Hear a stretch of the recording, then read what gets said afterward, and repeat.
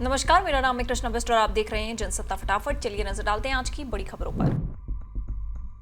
आतंकवाद के खिलाफ इजराइल में भारत के राजदूत जेपी सिंह ने जोर देकर कहा कि पाकिस्तान के खिलाफ भारत का ऑपरेशन सिंदूर रोका गया है, खत्म नहीं हुआ है। उन्होंने मांग की कि इस्लामाबाद को प्रमुख आतंकवादियों हाफिज सईद, साजिद मीर और जकीउर रहमान लखवी को सौंप देना चाहिए, जैसा कि अमेरिका ने 26/11 मुंबई आतंकवादी हमले के मास्टरमाइंड तहव्वुर हुसैन राणा के साथ किया था।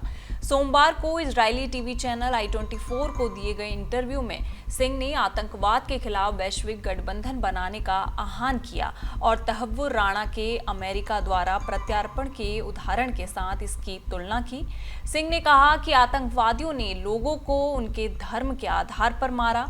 भारत का अभियान आतंकवादी समूहों और उनके बुनियादी ढांचे के खिलाफ था, जबकि पाकिस्तान ने भारत के सैन्य प्रतिष्ठानों पर हमला किया। मार्च 2025 में दिल्ली में हुए एक अग्निकांड के दौरान हाईकोर्ट के जज जस्टिस यशवंत वर्मा के सरकारी आवास से बेहिसाब नकदी बरामद हुई थी। इस सनसनीखेज मामले में अब तक कोई एफआईआर दर्ज नहीं की गई है, जिस पर उपराष्ट्रपति जगदीप धनखड़ ने सोमवार को गंभीर सवाल उठाए। उपराष्ट्रपति धनखड़ ने कहा, लोग बेसब्री से इस सवाल का जवाब चाहते हैं। उस नकदी का स्रोत क्या था, उसका उद्देश्य क्या था, क्या न्यायिक व्यवस्था इससे प्रभावित हुई और इस पूरे मामले में बड़ा दिमाग किसका लगा है। धनखड़ ने कहा कि ये घटना अरबों लोगों के मन को झकझोरने वाली है। उन्होंने कहा कि वैज्ञानिक फॉरेंसिक विशेषज्ञ गहन जांच की जरूरत है, जो सब कुछ उजागर करे और कुछ भी छिपा ना रहे। सच्चाई को सामने लाने की जरूरत है। सोमवार को अमेरिकी राष्ट्रपति ट्रंप और पुतिन के बीच करीब 2 घंटे तक बातचीत चली, जिसके बाद आधिकारिक बयान में कहा गया कि रूस और यूक्रेन सीजफायर पर बात करने के लिए तैयार हैं। लेकिन अब ऐसे यूक्रेन के राष्ट्रपति जेलेंस्की का बयान सामने आया है, जिसमें उन्होंने बताया कि ट्रंप ने उन्हें उनकी और पुतिन की बातचीत के बारे में ब्रीफ किया। जेलेंस्की ने आगे कहा कि द्विपक्षीय बातचीत से पहले मैंने राष्ट्रपति ट्रंप से कहा कि यूक्रेन पूर्ण और बिना किसी शर्त के सीजफायर के लिए तैयार है। अगर रूस हत्याओं को रोकने के लिए तैयार नहीं है तो उस पर कड़े प्रतिबंध लगने चाहिए। देश की राष्ट्रीय राजधानी दिल्ली समेत देश भर में मौसम ने एक बार फिर करवट ले ली है। इस बीच मौसम विभाग ने आज के लिए ताजा अपडेट जारी किया है। दिल्ली एनसीआर में मंगलवार को धूल भरी आंधी के बाद बारिश की संभावना जताई गई है।